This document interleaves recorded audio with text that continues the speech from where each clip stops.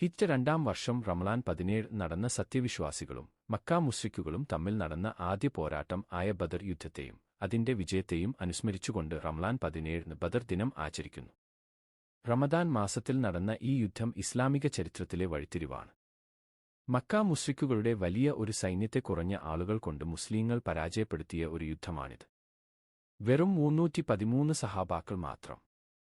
വിശ്വാസവും ത്യാഗമനസ്സും ഉണ്ടെങ്കിൽ ഏതു വലിയ പ്രതിസന്ധിയും മറികടക്കാം എന്ന വലിയൊരു പാഠമാണ് കിട്ടിയത്. യുദ്ധത്തിൽ രക്തസാക്ഷികളായ സഹാബികളുടെ സ്മരണ ഈ ദിനം നമ്മൾ സ്മരിക്കുന്നു.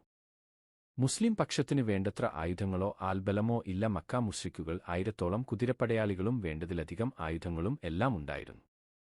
അന്ന് ബദർ യുദ്ധത്തിൽ മുസ്ലിം സൈന്യം പരാജയപ്പെട്ടിരുന്നുവെങ്കിൽ ഒരുപക്ഷേ ഇന്ന് അല്ലാഹുവിന് സുജൂദ് ചെയ്യാൻ ആരും ഉണ്ടാവുമായിരുന്നില്ല.